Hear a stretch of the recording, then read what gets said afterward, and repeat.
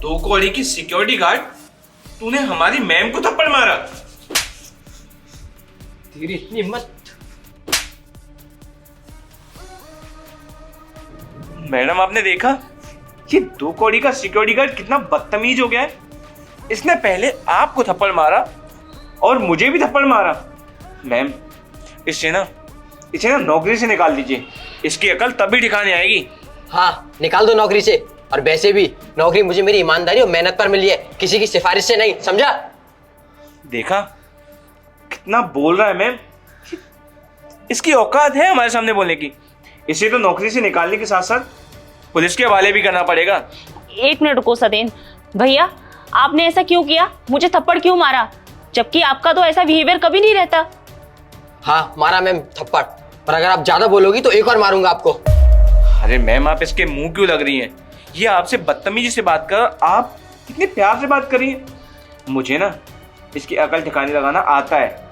मैं ना अभी पुलिस को कॉल करके आता हूँ, और जब पुलिस इसे डंडे लगाएगी ना तब इसे अकल आएगी कि इसने क्या गलती की है। हाँ कर दो पुलिस से कंप्लेंट, मुझे डर नहीं लगता पुलिस से। वो तो पता चलेगा जब पुलिस के डंडे पड़ेंगे ना अदालत में, सब होश ठिकाने आ जाएंगे। हाँ सतेंद्र, तुम बिल्कुल सही कह रहे हो। तुम एक काम करो, तुम पुलिस को कॉल करो। इन्हें तो अभी सबक सिखाती हूँ मैं अभी आया मैम, पुलिस को कॉल करके। ठीक है।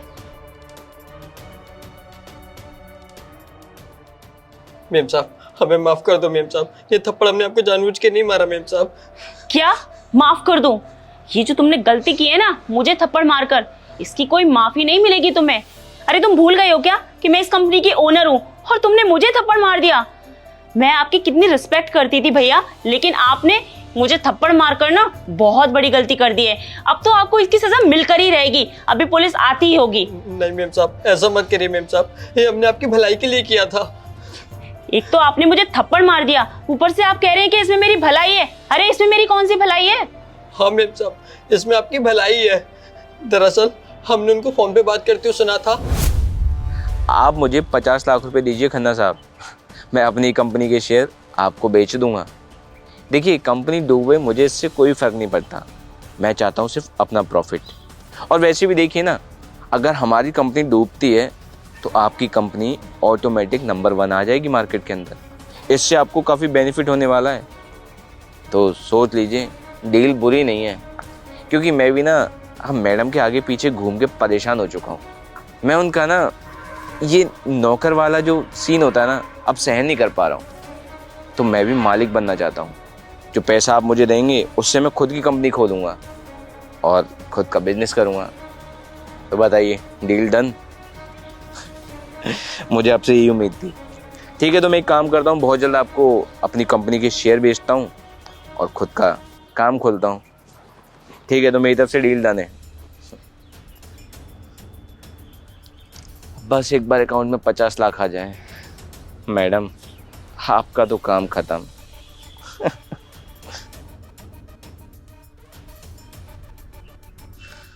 अच्छा तो मैम की कंपनी को डुबाना चाहता है, मगर मैं ऐसा नहीं होने दूंगा। मुझे ये सब रोकना पड़ेगा। ऐसी बात थी मैम, इसलिए हमने आपको थप्पड़ मारा, वरना ऐसा हम कभी नहीं कर सकते आपके साथ। आप तो हमसे बड़ी हो, आप हमारी माँ बाप हो, आपके साथ हम ऐसा नहीं कर सकते। आपकी वजह से हमारे घर में रोटी आती है मैम साहब। क्या सतेंद्र ने ऐसा किया? मुझे तो यकीन ही नहीं हो रहा कि सतेंद्र ऐसा। मैम मैंने फ़ोन कर दिया पुलिस को, थोड़ी देर में पुलिस आने वाली होगी, और जब इसे ले जाके डंडे मारेगी ना थाने में तब पता चलेगा इसे। हाँ सतेंद्र, मैं भी पुलिस का ही इंतजार कर रही हूँ कि पुलिस जल्दी से आए और गुनहगार को पकड़ कर ले जाए। लेकिन वो रुद्र नहीं होगा, वो होगे तुम। अरे मैडम आप ये कैसी बात कर रही हैं? मैंने तो पुलिस को फ़ोन इसके लिए किया है, और पुलिस मुझे क्यों ले जाएगी? क्योंकि मुझे पता चल गया है सतेंद्र कि असली गुनहगार कौन है। वो रुद्र नहीं है, वो तुम हो। रुद्र ने मुझे सारी सच्चाई बता दी है, उसने तुम्हें फोन पर बात करते हुए सुन लिया था। सतेंद्र मुझे तो विश्वास ही नहीं हो रहा है कि तुम थोड़े से लालच में आके हमारे कंपनी के शेयर्स बेचना चाह रहे थे, हमारी कंपनी को नुकसान पहुंचाना चाह रहे थे। मुझे तुमसे ये उम्मीद तो नहीं थी सतेंद्र। अरे मैं कितना ट्रस्ट करती थी तुम पर। मुझे लगा था कि तुम्हारे सहारे मैं अपनी कंपनी को बहुत ऊंचाइयों तक ले जाऊंगी, लेकिन तुम तो इतने घटिया इंसान निकले। मुझे तो अभी भी विश्वास नहीं हो रहा है, लेकिन अब बस बहुत हो गया। मुझे अपनी कंपनी में तुम्हारे जैसे लोगों की जरूरत नहीं है। निकल जाओ यहाँ से। मैम आप ये कैसी बात? Shut up. अब निकल जाओ यहाँ से, इससे पहले कि पुलिस आए और तुम्हें हवालात में बंद कर दे। Get out.